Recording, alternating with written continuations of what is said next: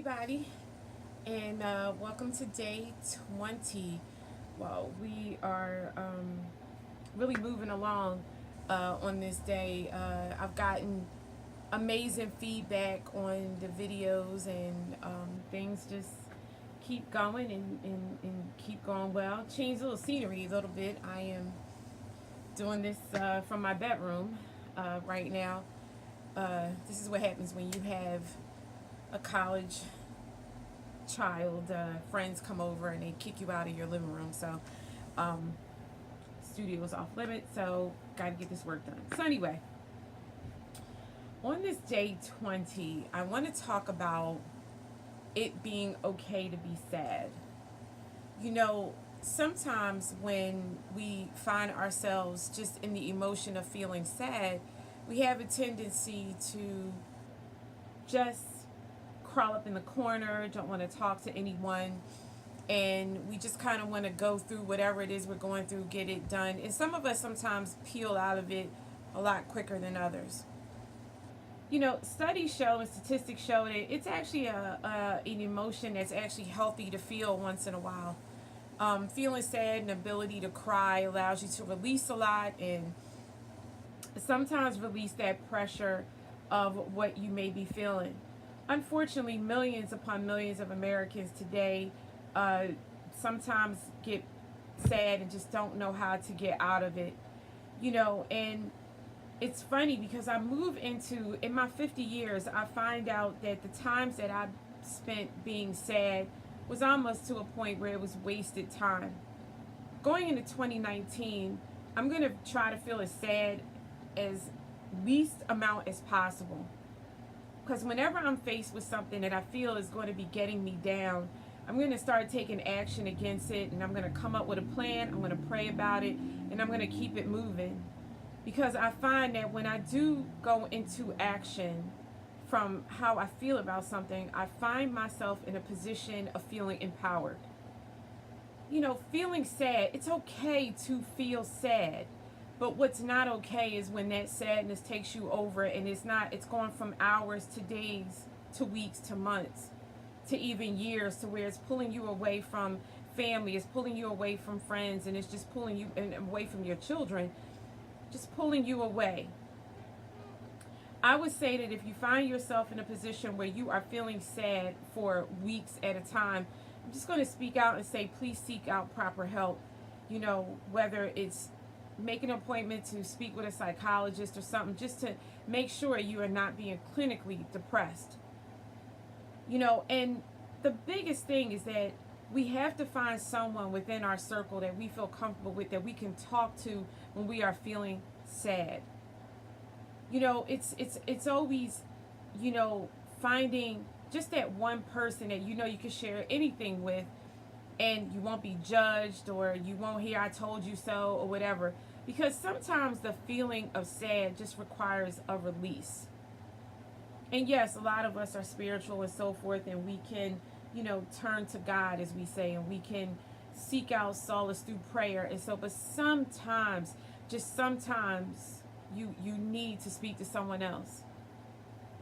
So what if the next time you feel sad, you took a different approach to it? Would you get out of that sadness a little quicker? What if you were feeling down about something and you took a second thought about saying, what the hell am I being sad about? Like, why am I sad about this? The biggest reason sometimes that we become sad is because we become disappointed in those in which we trust something with. Right? Because sadness comes as a reaction to something someone else has done.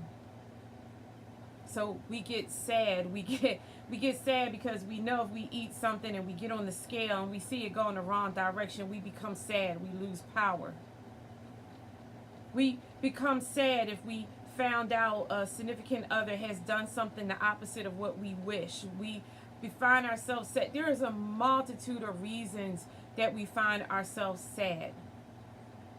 You know, as I've shared with you over these past couple 20 days, like I've shared a lot of personal stuff with you. And I'm going to tell you the things that I've learned in those 50 years is that sadness is just normal.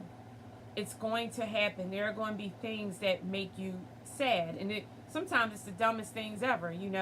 I tell you, part of my sadness as a mother was that, raising a daughter on my own, it was cool. She always needed mom, mom, mom. But as she got older, I saw that began to peel away. I definitely hold a special place in her heart, and our relationship is amazing. But you see the transition from this baby that needed you, this toddler that needed you, to this teenager that to now growing into a 19-year-old that yeah, you're cool once in a while. So it becomes a little sad because you don't, in a way, you don't have anything to substitute that child's love. They grow up, they move on into their own life, but the relationship to which you have with those children just grows into a different type of love. So, when it turns to relationships, sometimes your sadness is tested in relationships. When you're feeling down and out and you don't have anyone to comfort you, even in a relationship, that sadness can stick around for a long time. I've seen a lot of things. I was in this type of marriage where I was married but felt very alone, right? I mean, this is something that we've heard time and time again. And it's, in relationships that I've been in, I've turned into this person sometimes, and I'm being very transparent here, where I sometimes don't have room for someone else's sadness because I want the focus to be on mine. It's a hard pill to swallow because and we're in relationships with people, whether it's friendships, boyfriends, husbands, girlfriends, whatever. Part of that process of saying you're in a relationship is that you have to be willing to also share in the responsibility to comfort those when they are sad. But what happens is, a lot of times, at least for me, I don't know if anyone's going to be able to relate to that, is what happens to me is I find myself in a lot of positions where I don't have room for the other person's sadness. I don't want to hear about it, don't want to hear it. I want it all for me. So this is something that I've grown to understand in my 50 years, that, sadness has to be temporary, and it has to be something that is equally shared and equally taken care of. So I say to you in 2019, as you move into, I'm sure in this year, you're going to be faced with sadness. I mean, it's just inevitable. It'll happen.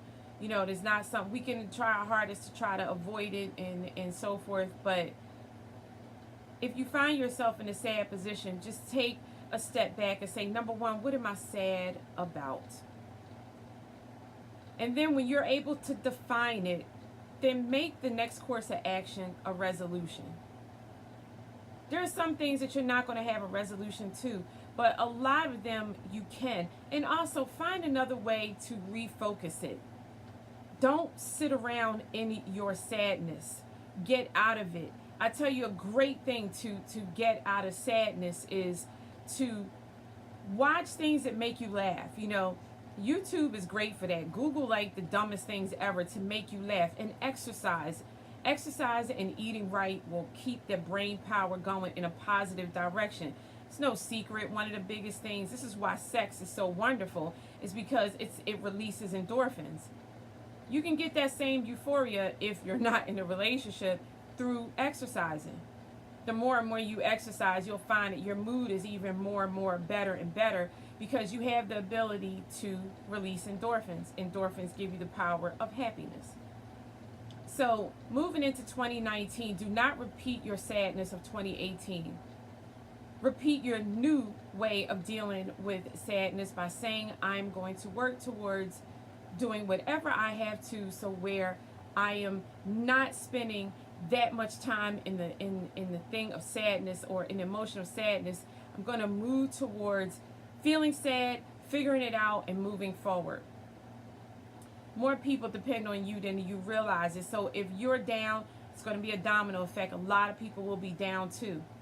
Because unfortunately, when you're in a position of leadership and take care of your family, a lot of times, unfortunately, people just don't believe you will get sad. People don't believe that. So when they see you like that, they panic a little bit, and here you go. They're like, wait wait a minute, I count on them to make me happy. I count on them to keep me sane. So when you get all these things going and then you find out that you're the person that's down and out and sad, gotta watch it, and keep mindful of what's going on. And also keep mindful of who you're sad around. Because if you're going through things, you have to understand if your children are young, they are watching what's happening to you. They are feeling your pain and your emotion too. I remember when my daughter was a baby, like she, not maybe so much a baby, but maybe like 5 or 6 years old, she hated to see me sick. Just a normal cold or something, and I needed to lay down or whatever. It ripped her to shreds to see her mother sick. So imagine that feeling that your child sees when you're down and out, and they don't see you coming out of it. Or a husband, a boyfriend, or a girlfriend that sees you always down and out, and they don't know how to get you out of it. And I'm gonna tell you something too. You down and out enough, if you're sad enough and negative enough, you're actually gonna push people away from you. So make sure when you go into 2019 that you understand, yes, it's okay to be sad. It's okay to feel that emotion. It's okay because it's healthy. But at the same token, understand that where it becomes a problem is when it goes way too long. So go into 2019 not sad. Be happy to be alive and understand that the reason you're woken up every single day is because your purpose is greater than that which you know. So don't be sad. Just make it temporary and move on, and everything's going to be okay. All right, everyone, on to day 21.